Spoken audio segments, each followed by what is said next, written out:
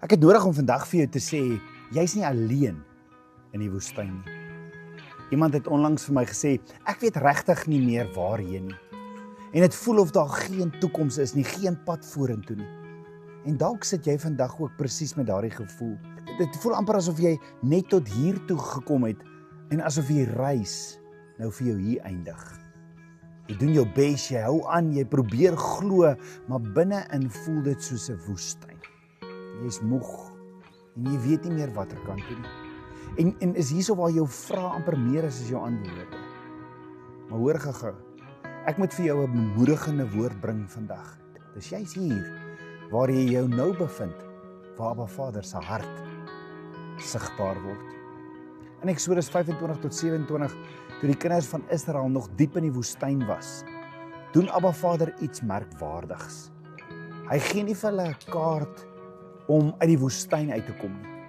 Hy verduidelik nie eers hoe lank die reis nog gaan wees nie in die woestyn nie. Nee, hy sê iets baie diepers. Hy sê, bou vir my 'n woning, want ek wil by julle wees. Nie eendag nie, nie wanneer alles uitgesorteer is nie, nie wanneer die woestyn verby is nie. Nou hier in die woestyn, in die middel van die stof, onsekerheid en vrae.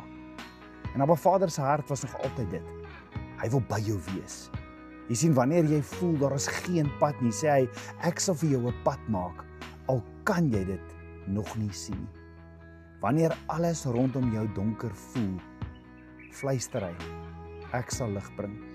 My lig gaan nooit uit nie, my kind. Wanneer jy tekort skiet, emosioneel, geestelik, selfs fisies, sê hy, ek sal voorsien, jy hoef nie alleen te dra nie. Wanneer skuld en skaamte jou so toegooi, is daar nie 'n wag wat jou wegwys nie.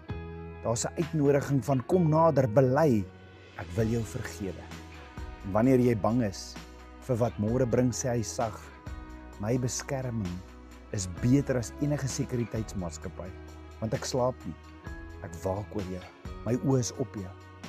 En uiteindelik kom ons vandag by hierdie woord uit. Abba Vader nooi jou nie net om gered te wees nie. Hy nooi jou nader aan hom, na 'n intieme verhouding, na 'n plek waar jy veilig is, waar jy geken word, waar jy werklik geliefd sal voel. En die vraag is nie of hy jou roep nie.